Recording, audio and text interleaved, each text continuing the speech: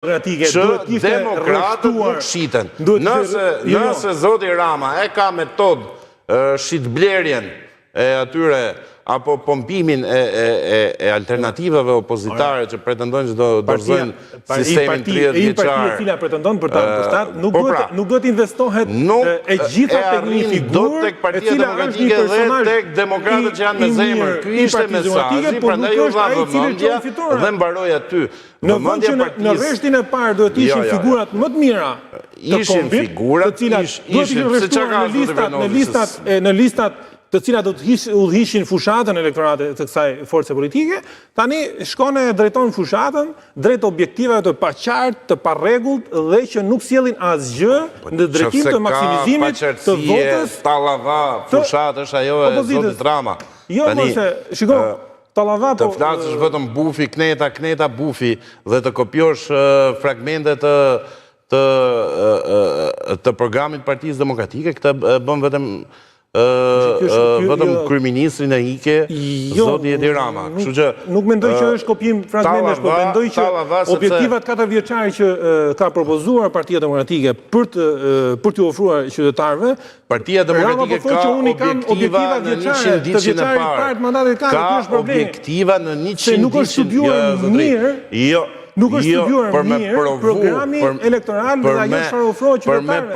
Se prandaj po shkojmë nga një opozitë e cila ishte në 3 apo 4 fraksione, shkoi në 13 dhe 14. Është e konsoliduar Partia Demokratike, nuk ka fraksione fare. Kush ka agjenda personale nuk ka lidhje me Partinë Demokratike. Konsoliduar mund të thonë ju, por po të shikosh me çfarë u fut, si ishte parashikuar dhe se si përfundojnë. Pra, agjendat personale nuk kanë lidhje me Partinë Demokratike.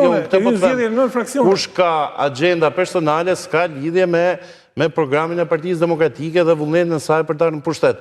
Dhe për të provuar që Partia Demokratike ka vullnet për të ardhur në pushtet, ka një deadline për disa nga premtimet e saj.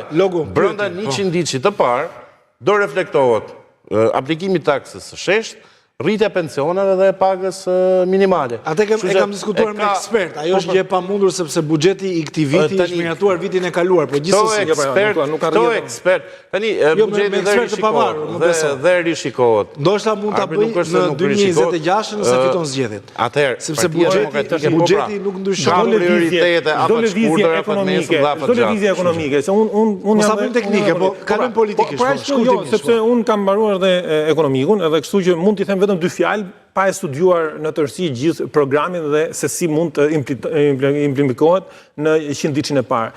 Çdo premtim ekonomik për 100 ditëshin e parë është i pavërtet dhe i paralizuar. Sepse ti nuk ke asnjë mundësi,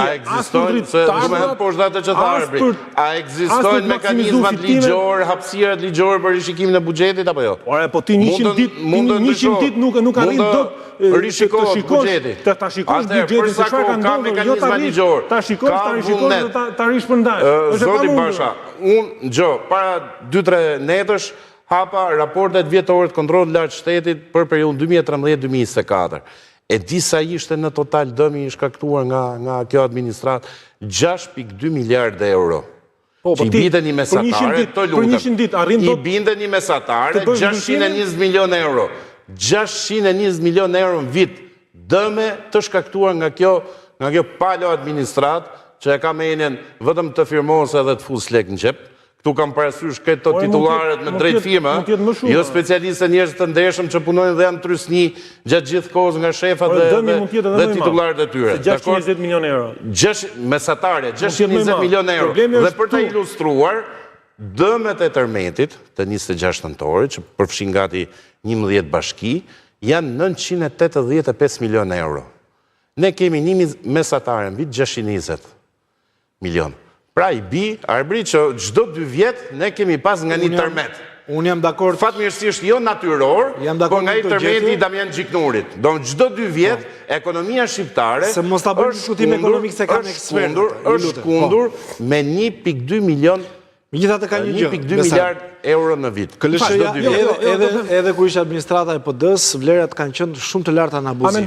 Mos e relativizo, më jep një vlerë. Historikisht. Më jep një vlerë. Do ta shikoj dhe do të them, po historikisht. Shikoje, ballafaqoj pastaj ta them një vlerë. Se kjo vetëm te rruga e Kombit është 300 milion dollar.